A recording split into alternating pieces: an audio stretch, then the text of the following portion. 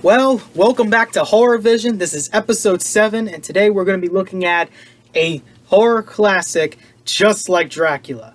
Now that we finished off Dracula, we're going to be taking a look at the 1931 classic, Frankenstein. Well, we warned you. Frankenstein was released on November 21st, 1931 in the USA. The iconic horror film follows an obsessed scientist by the name of Dr. Henry Frankenstein, played by Colin Clive. Excuse me. As he attempts to create life by assembling a creature full of body parts from the deceased, aided by his loyal mishated assistant Fritz, played by Dwight Frye. Frankenstein succeeds in reanimating the monster, played by none other than the legendary Boris Karloff, but wreaks havoc, and Frankenstein has to search the monster and destroy it once and for all. In my opinion, I have enjoyed this film so much because the fact it is a mad scientist style film. Nowadays it's, rare. Nowadays it's not that much of a big of a deal, but back then, this was an insane one.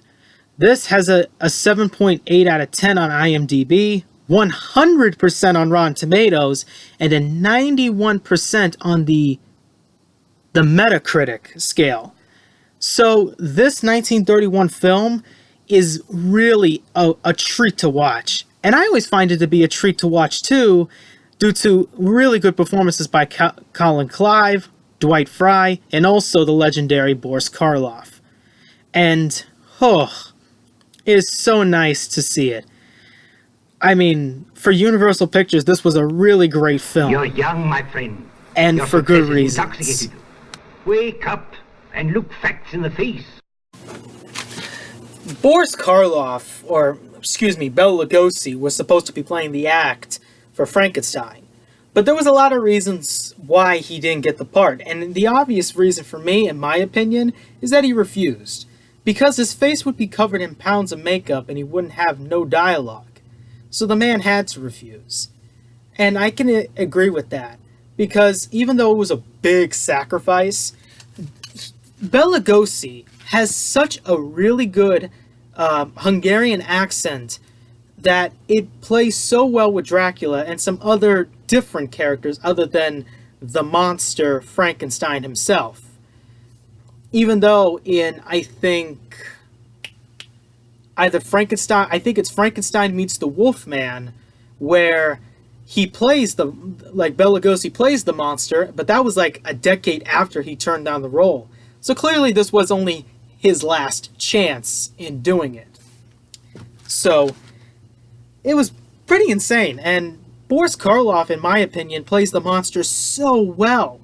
The only problem for most people, in my opinion, is that he doesn't really talk, but that's kind of like what the monster started off with. He doesn't speak a word, he's more of a growling mute, so it kind of fits it. And I think he does a really good job of being the monster, but also trying to be kind of like any type of those, reanimated corpses like Frankenstein, trying to at least fit into society, but obviously his brain is not developed since it's an abnormal brain.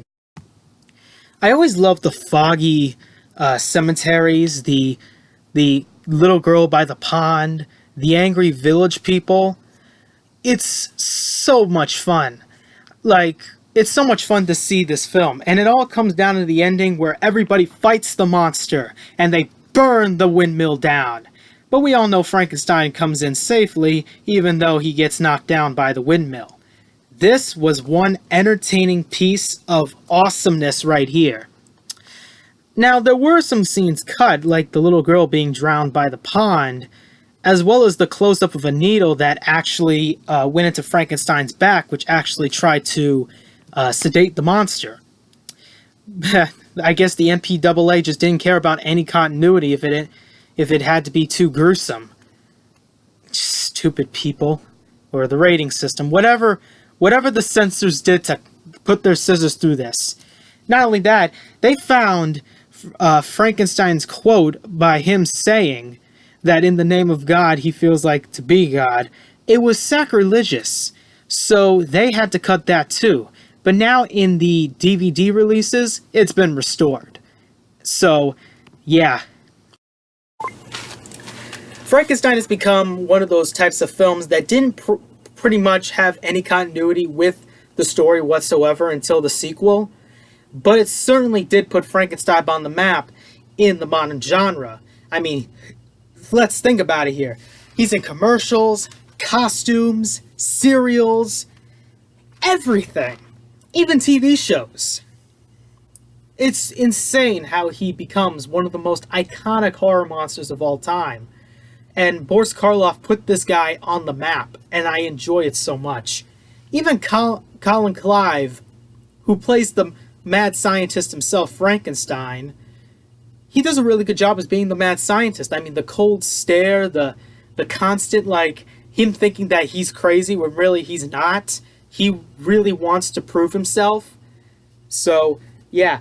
And Dwight Frye and also this other guy, which plays another doctor, which is, I think, Edward Van Sloan, both were in Dracula. So pretty much they recycled their actors into Frankenstein. And this is really cool because Edward Van Sloan plays another doctor, which actually finds out that Frankenstein has created a monster, while Dwight Frye plays Fritz, which is the crazy hunchback assistant that dies in the movie.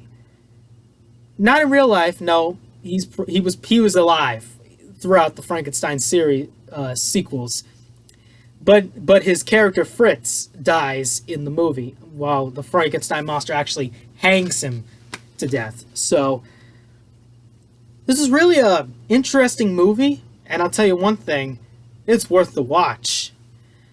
For chills, scares, and also the man himself, Boris Karloff. And tune in next week because we're going to be talking about his performance that made him talk.